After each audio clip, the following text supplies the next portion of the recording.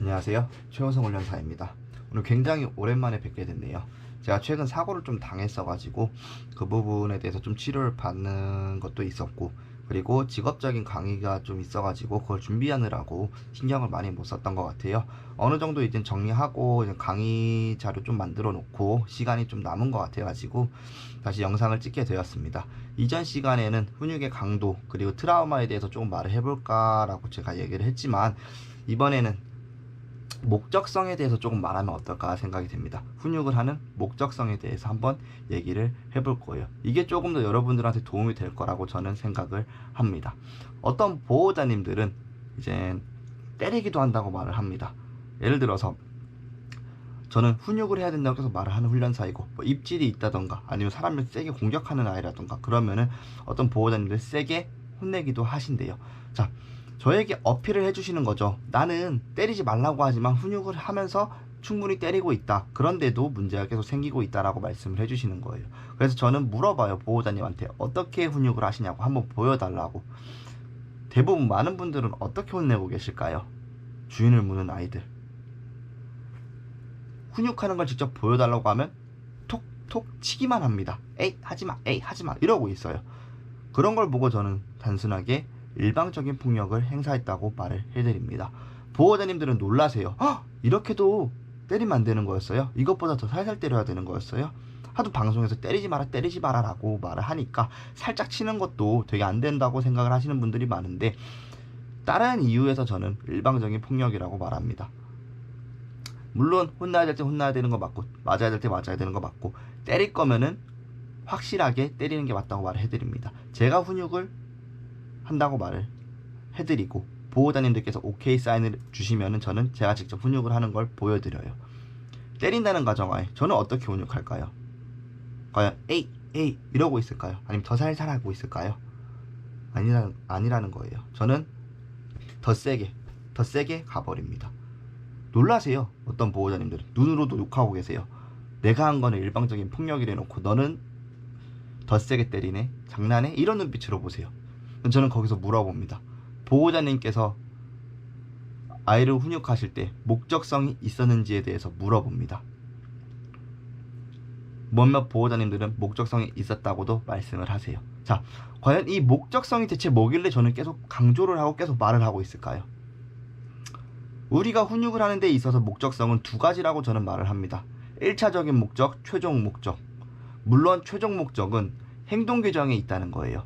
아이들의 행동을 멈추고 다른 행동으로 할 수 있도록 바꾸도록 한다는 게 최종 목적은 됩니다. 하지만 지금 당장 훈육하는 이 순간의 목적을 우리는 생각을 해봐야 돼요.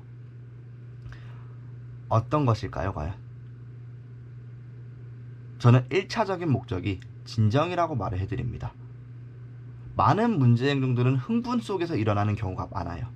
물론 아닌 경우도 있긴 한데 대부분은 흥분을 해서 나옵니다. 짖는 거에서부터 시작이 되고 공격하면서도 흥분을 하게 되고 흥분 속에서 뭔가 계속 일어난다는 거예요. 이때 우리가 말을 걸고 우리가 무언가 교육을 하려고 하면은 아이가 그걸 이해를 할까요? 아니라는 거죠.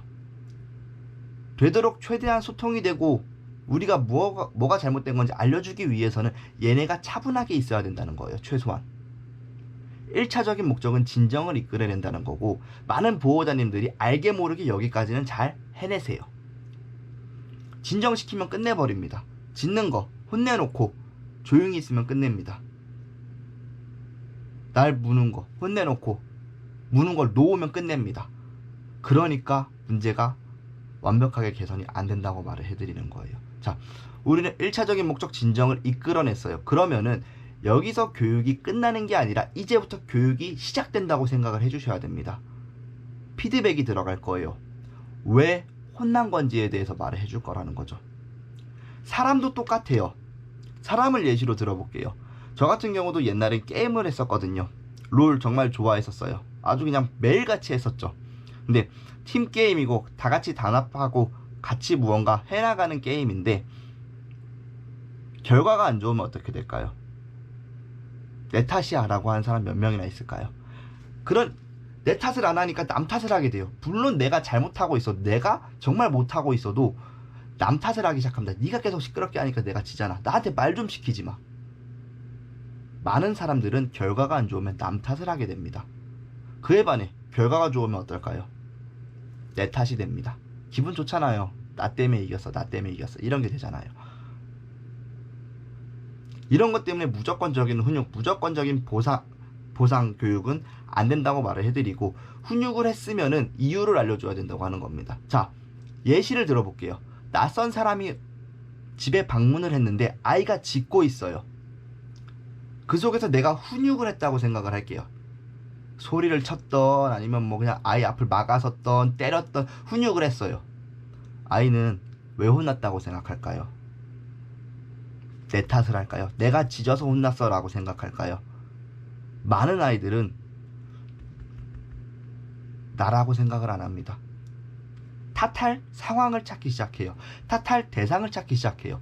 네가 왔으니까 내가 혼났잖아. 주인, 너가 뭔데 나를 혼내? 나 열받네? 난 잘못한 거 없잖아. 이래버린다는 거예요. 반대로 간식을 줬다고 가정을 해볼게요. 짖고 있는데 결과가 좋나요, 나쁘나요? 결과가 좋아요. 그렇기 때문에 내 탓을 하게 돼요. 내가 짖었으니까 간식을 먹었네라고 생각한다는 거예요. 이런 심리적 작용으로 인해서 무조건적인 훈육, 무조건적인 보상은 안 된다고 말을 해드린 거고, 저는 일단 훈육을 하자고 말을 해드린 거예요. 훈육을 해서 진정을 시켰어요. 일단 상황을 올바르고 차분하게 받아들일 수 있도록 기회를 주기 시작할 거예요. 진정을 시켰으면은 상황이 계속 반복이 돼야 됩니다.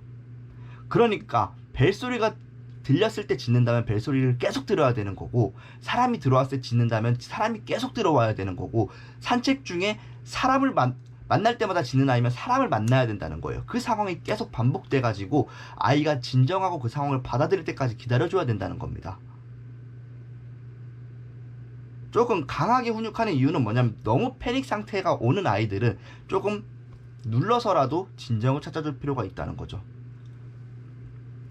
그렇기 때문에 저는 훈육을 집어넣는다고 말을 합니다. 아이들이 진정을 하고 상황을 반복해주고, 그리고 그 상황 속에서 또 잘못된 행동을 하면 또 훈육이 들어가는 거고, 잘못된 행동을 안 하면 그 속에서 보상이 들어가고, 이래가지고 문제를 인지하는 거예요. 아, 짖으니까 뭐라 하네 라고 스스로 깨달아야 된다는 겁니다.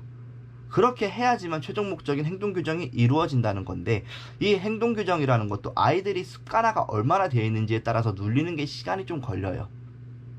그러니까 예를 들어서 최고의 훈육을 썼다고 해볼게요. 묶어놓고 때렸다고 해볼 거예요. 그래놓고 이해까지 시켜줬어요. 근데 아이들이 이미 습관이 돼 있잖아요. 나도 모르게 반사적으로 나오잖아요. 욱욱 거리는 순간이 분명 있을 거란 말이에요.